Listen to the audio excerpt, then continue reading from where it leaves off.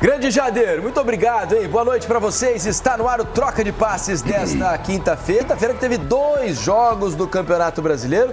2 times que estão lutando contra o rebaixamento venceram, né? Mais cedo o Criciúma venceu em casa 2-0 e agora no Maracanã deu o Fluminense 1-0 sobre o Cruzeiro no reencontro de Fernando Diniz com o Maracanã e com a torcida do Flu. Mas o Flu venceu. Vamos falar muito sobre esses 2 jogos. Estou aqui com Carlos Eduardo Mansur e com Alex. Tudo bem, Mansur? Boa noite. Vitória importantíssima para o Fluminense, né? Porque estava na zona do rebaixamento, deixou, pelo menos momentaneamente, agora é o 16º colocado com 30 pontos. Tudo bem, Mansur? Boa noite. Boa noite, Felipe. Boa noite, Alex. Todo mundo que assiste o Troca. E assim, ele até pode terminar essa rodada fora... dentro da zona de rebaixamento novamente, porque os adversários vão jogar. Mas se a gente pensa, nesse momento, faz uma fotografia da tabela, como o Fluminense tinha jogo a menos, e nesse momento ele está com os mesmos 28 pontos de Corinthians, de Vitória, o Atlético Goianiense jogou até mais, jogou 29.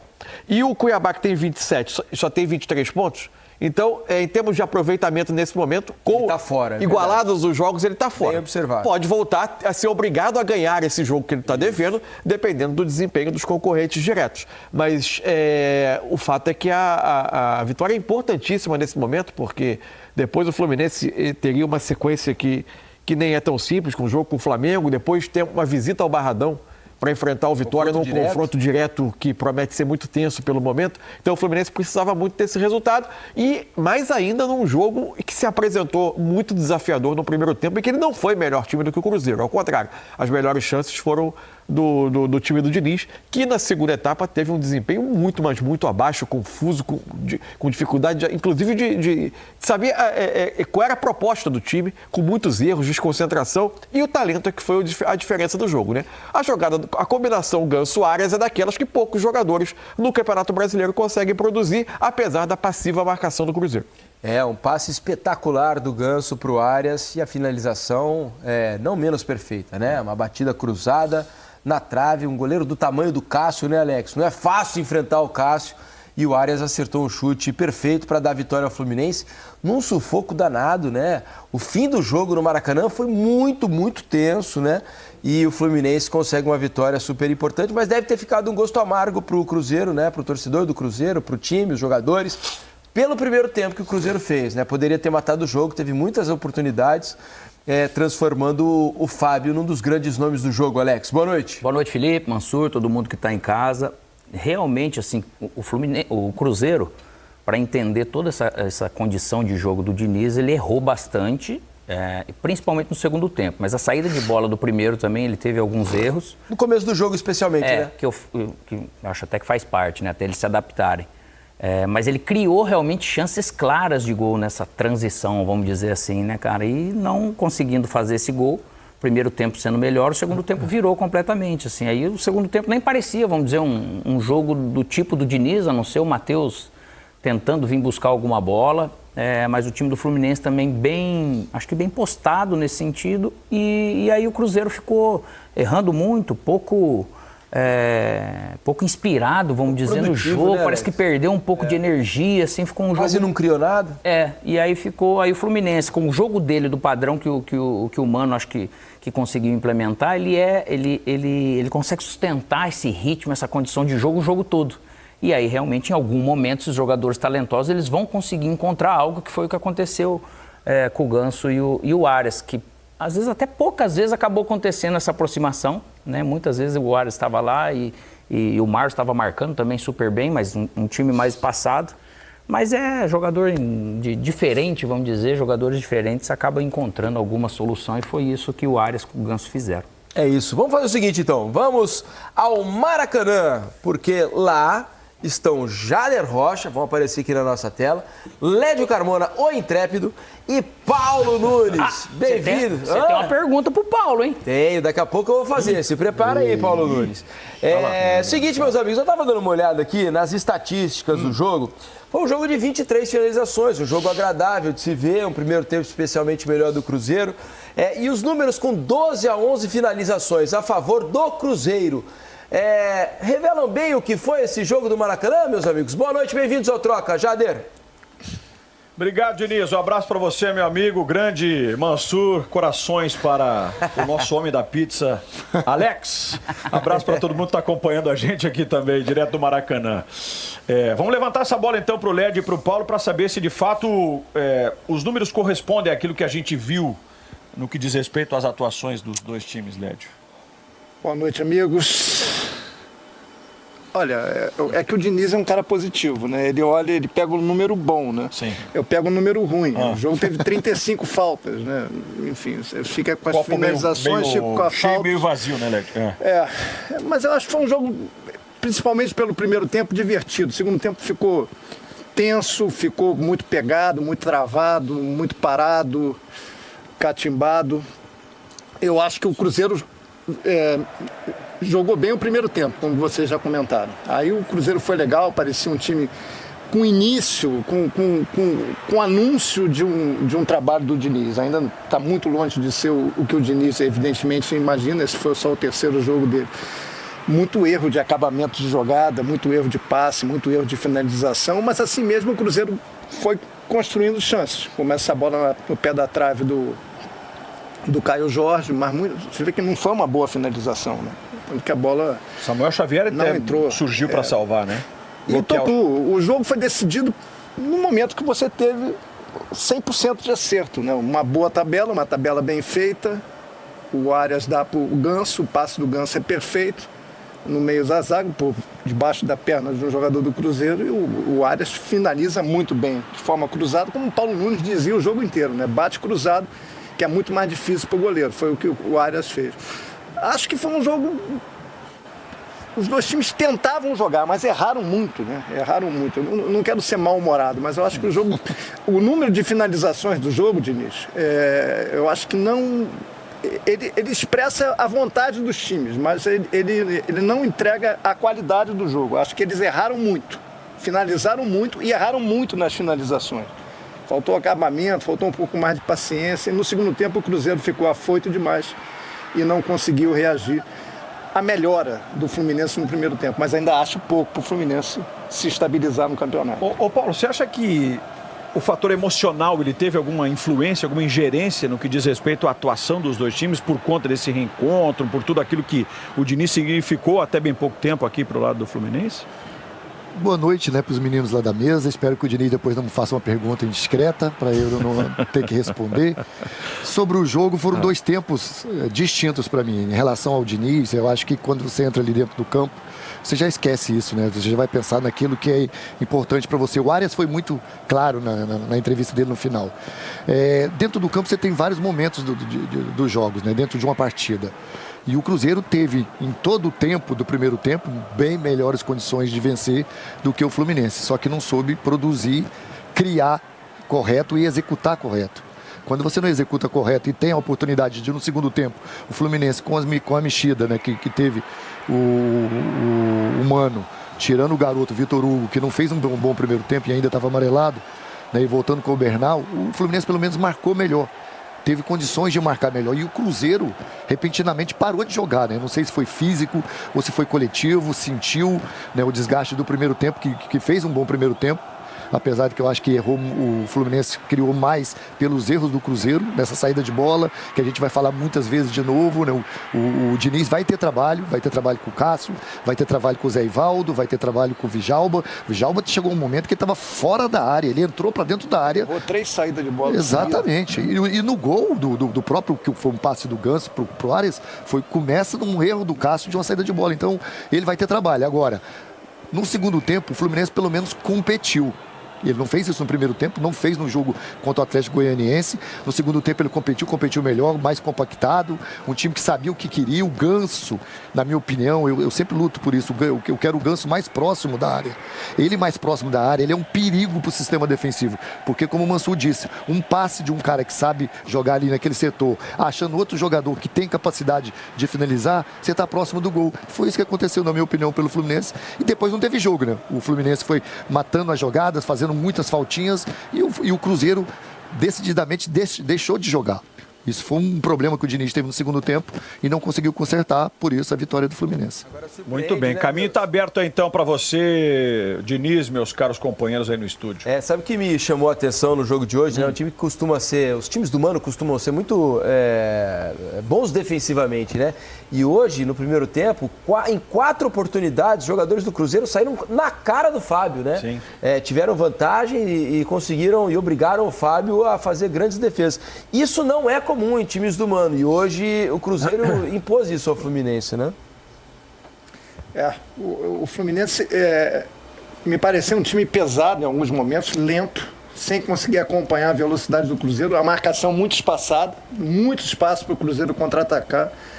E a recomposição também era muito lenta, né? Então você tinha sempre vantagem numérica do Cruzeiro. É que o Cruzeiro não aproveitou. E mesmo a gente estava vendo no segundo tempo, o Caio Jorge perdeu um gol na cara do Fábio, bateu mal. O Matheus Henrique fez uma cabeçada a ele, cabeceou bem, ele finalizou bem, a defesa do Fábio foi a defesa do jogo. Foram os 2 bons momentos do Cruzeiro, mas assim mesmo, quando equilibrou, melhorou um pouquinho a marcação, o Fluminense ainda deixava espaço para o Cruzeiro. Acho que o Fluminense tem que comemorar a vitória, mas tem muito trabalho pela frente. O time não está marcando bem, tem o pior ataque do campeonato, a gente não pode esquecer isso. Junto com o Atlético Goianiense. Agora, porque ele fez um gol hoje, antes era o pior ataque sozinho do campeonato. Tem que dar muita abraçada, nadar muito mais forte para tentar se estabilizar no campeonato. Senão vai ficar trocando ponto, ficar ali pela zona do rebaixamento, 16º lugar, não é a posição que condiz ao tamanho do Fluminense. E o Cruzeiro tem que melhorar a sua produção. Por exemplo, o Cruzeiro vai jogar aqui contra o Flamengo, eu também fiz um jogo. Fez um bom primeiro tempo, no final perdeu o jogo. Perdeu o jogo naquele dia por 2-1. Tomou 1-0, Matheus Pereira empatou e no final o Flamengo venceu o jogo. O Cruzeiro mais uma vez oscilou naquele jogo. Hoje vem ao Maracanã de novo, faz um jogo bom em uma etapa da partida e volta a cair. Trabalho também para o Fernando Diniz, para esse ano, no caso para esse ano, e também já para 2025, até para pensar em vaga na Libertadores. O Cruzeiro tem plenas condições de brigar por vaga na Libertadores, mas oscila demais. Lembrando que nos últimos 10 jogos pelo Campeonato Brasileiro, o Cruzeiro só venceu um jogo contra o Lanterna, o Atlético Goianiense. E tem time para produzir muito mais. Jadeli, como é que foi a recepção ao Diniz aí por parte da torcida? Vitórias, né, Diniz e amigos, do Mano desde que ele assumiu, vitórias com placar magro, né, de 1-0. É aquilo, trocando a questão do desempenho pelo resultado para fazer com que o time saia dessa situação de sufoco. Por vezes não deu certo, patinou e o Fluminense segue ali envolvido, né, nessa confusão toda do Campeonato Brasileiro. Mas se pegar o recorte do Mano desde que ele assumiu, boa parte dessas vitórias tem sido assim, com luta, com sofrimento, com dedicação e vontade. Mais 1-0 no placar. É isso, o Fluminense até essa rodada, precisava até checar agora aqui, mas até o jogo de hoje, o Fluminense era a 8ª melhor campanha do segundo turno, né? Não é uma campanha, é uma campanha longe aí de ser um time rebaixado. Para fechar com vocês mais duas coisas. O Fluminense tinha 6 pontos na troca de treinador, né? E é isso. É que o primeiro turno, né, o começo do campeonato foi terrível. Duas coisas mais com vocês para a gente fechar. Como é que vocês aí do estádio sentiram a recepção da torcida do Fluminense ao Fernando Diniz? Houve carinho, houve ingratidão, como é que foi? Acredito que foi uma recepção até respeitosa, né? Eu acho. Teve valorizando, foi carinhosa. Valorizando muito, claro, o Diniz encontrando colegas do clube, né? Funcionários do Fluminense, mas assim, com relação à torcida, me pareceu muito mais aquele momento do torcedor agradecer o Diniz por tudo que ele realizou com o título histórico da Libertadores. Me pareceu aquela sensação assim, poxa vida, o cara saiu, né? Não estava fazendo um bom trabalho, mas a gente tem que respeitar a história dele, né? Essas imagens são de funcionários do Fluminense, exatamente. Sendo a chegada, né, Léo? cumprimentando, matando a saudade do Diniz. Dentro do estádio, aqui olhando cadeiras, os setores do Maracanã, que não recebeu um bom público, e se eu não estou enganado, o público não foi divulgado. Não foi. Não teve ofensa, não teve vaia para o Diniz. Acho que foi protocolar, alguns torcedores levaram faixa de agradecimento a ele. Bom, foi melhor que eu imaginava. Eu acho que foi melhor até que o Diniz imaginava também. Acho que foi tudo certo. Eu já achava que teria mais aplauso assim, pelo torcedor, por tudo que ele fez, né, por tudo aquilo que ele mostrou aqui no Fluminense, mas foi carinhoso e ele sentiu. A gente viu várias vezes ele aparecendo na imagem e emocionou bastante o Diniz. Para Teve fechar... um outro torcedor, e o Klaus até informou isso durante a transmissão, né? Que tinha torcedor com cartaz. O Fluminense só tá nessa porque você nos deixou assim. Aí o cara do lado já tava dizendo: ó, Diniz, muito obrigado por tudo aquilo que você fez e tal. Não dá para ter 100% de aproveitamento. E na chegada dele, né, só para deixar, teve uma imagem que ele estava indo pelo lado direito e ele falou assim: não, Diniz, é pro lado esquerdo, vem para cá, seu lugar é aqui agora. muito tempo indo pro lado só. Mas né? o saldo é positivo. Sem dúvida. Para fechar, Paulo Nunes, na transmissão você fez uma menção ao nosso Alex, dizendo que os gênios, né, o meia genial, como era o nosso Alex, tinha que fazer os companheiros entendê-lo mais rapidamente, né? Queria só que você explicasse melhor isso. Os gênios, você entendeu a frase, os gênios Alex. Então tem o Alex Cabeça e tem o nosso Alex Meschini. Quer dizer que não foi o nosso Alex? Muito à lógico frente que ele de falou todos. do Careca, né? Não foi o nosso Alex, então é isso que você está querendo dizer? Tá certo. Os dois então. Alex, eu falei os gênios, os gênios. O Alex, sei. Você falou no singular. Se você aprendeu isso na escola, você falou no singular. O Alex, posso te dar uma ferramenta para você se vingar. O Jade disse na transmissão, Alex, que o Paulo Nunes fez 600 gols na carreira. 600! O que você acha disso? Contando desde o dente de leite, treino de finalização. Aí tem Antes que é mais, numa né? época que não tinha nem Aí tem DVD, mais, então mais não de tem como 600. comprovar. Cara, eu nunca vi estatística contar gol em treinamento. Joguei no ar, deixa assim, se acreditar. Primeira que- estatística oficial que conta gol em treinamento. Mas tá certo. Impressionante. Paulo, Ué, tem que a contar. maioria dos atacantes que nós temos aqui contaram. Não contaram, não? Bom, Teve isso, Tá teve bom, tá isso. valendo. então eu fiz 1000, tá, Felipe? Tá certo, mas você eu presenciei alguns, né? Pelo menos isso. Valeu, meus amigos. Jader Rocha, Lédio Carmona, o intrépido. Obrigado. E Abraço, Paulo Nunes, amigo do Alex. Eles vão descansar agora. Valeu, meus amigos. Bom descanso pra Sensacional, vocês. sempre uma alegria. Abraço, até a próxima. Valeu. Quer dizer que o Alex, o cabeção, espetacular, era gênio. O Paulo Nunes disse que você não era um gênio. Naturalmente, quando eles falam assim, eu sou o Alex paraguaio, entendeu? É o gênio, realmente é fácil de entender que é o cabeçudo careca. Modesto, Alex. Modesto, nosso Alex. Vamos continuar falando um pouquinho. Vamos trazer aqui números do jogo para Carlos Eduardo Mansur e Alex também falarem mais. Teve um mosaico sobre isso. bonito também, cara. Dá pra equipe colocar aí o mosaico? Qual é o mosaico? É um mosaico, né, uma parte da arquibancada ali, homenagem à Ucrânia, não é? Porque o Maracanã tava meio vazio hoje, né? As cadeiras em amarelo e azul aparecendo hoje. Foi o Mansur que falou. Não foi. Não foi um bom público hoje no Aliás, Maracanã. foram 2 dias de público abaixo do que Verdade. devia, né? O Flamengo ontem não levou Ontem grande com ingressos público. caríssimos. E aonde a Não gente já levou. criticou muito o gramado, tá muito bom do Maracanã, é né? verdade. A Melhorou. condição do gramado nessa temporada está bem melhor do que a temporada passada. Olha só a posse de bola, ó. O Fluminense teve Não. mais posse que o Cruzeiro. Só que se o Cruzeiro- 4 a 46%. Só que se o Cruzeiro tivesse chutado esse tanto de bola no gol, Isso aí, Vamos tirar, que tá errado. Isso aí é número certeza do Paulo Nunes. Não, até houve um erro ali. Finalizações 126. Nem o Nem o time do Guardiola em treinamento. Sem Nem no ano inteiro. adversário. É isso aí, cara. Mas 126. tudo bem que o Diniz monta times ofensivos.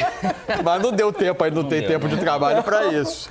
A gente vai corrigir ali, porque não dá pra chutar 126 bolas no gol num jogo. Nem treino de finalização, né? Talvez no ano não chegue a isso. Certeza. Cara, Paulo Nunes. Não, o que me chamou a atenção da conversa, na sua conversa com a cabine, é quando você citou o primeiro tempo que normalmente times do Mano defendem muito bem e o Fluminense acabou permitindo uma quantidade importante. Foram 4, Mansur, de Isso. finalizações na frente do É Fábio. isso. Só que a gente associa muito o time do Mano defendendo bem a equipes que defendem em bloco médio ou um pouco mais atrás. E a minha sensação é que o Cruzeiro se preparou para enfrentar esse Fluminense, o Diniz um pouco por conhecer o Fluminense, um pouco por saber da necessidade do Fluminense diante de resultado urgente. Quando a bola caía no pé ou do Matheus Henrique ou do Lucas Romero, eles não necessariamente aceleravam logo o jogo.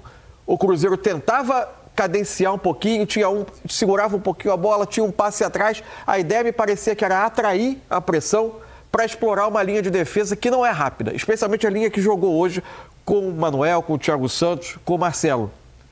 E imediatamente o Cruzeiro atraía, esses jogadores que não são tão rápidos corriam um pouquinho para trás e se criava uma cratera entre volantes e defensores. E o Cruzeiro repetidamente criou as suas chances nesse tipo de ataque rápido. Muitas vezes com o Lautaro, que é um jogador extremamente Que rápido. saía da direita, vinha Faltou pelo meio entre essas linhas e recebia essa bola. Foi assim que o Cruzeiro... Um pouco de carinho ali, né? E como perdiam duelos os jogadores do Fluminense na última linha, defendendo em campo E aberto. naturalmente, pela característica dos jogadores, né? Não é nem que eles são super lentos, é que a característica, você marcando mais longe do seu gol com esses jogadores rápidos do Cruzeiro, seria difícil mesmo essa questão de profundidade. Dá uma olhada nos números agora corrigidos, olha, agora tá correto, né? São 11 finalizações do Fluminense contra 12 do Cruzeiro. 6-4 em finalizações no alvo, né? O Fluminense acertou mais o gol do que o Cruzeiro. Escanteios 2 do Fluminense e 2 do Cruzeiro. Pouco, né? Muitas faltas no jogo, né? 19 do Fluminense, 16 do Cruzeiro. 1-1 em impedimentos. Na outra página, passes 414 a 374, a precisão baixa dos dois times, né? Cerca de 80% do Fluminense, 82% do Cruzeiro. Desarmes 23 a 18, 8 cartões amarelos do Fluminense, né? Quase o time inteiro. O segundo tempo do jogo foi feio nesse aspecto, né? Especialmente a parte final.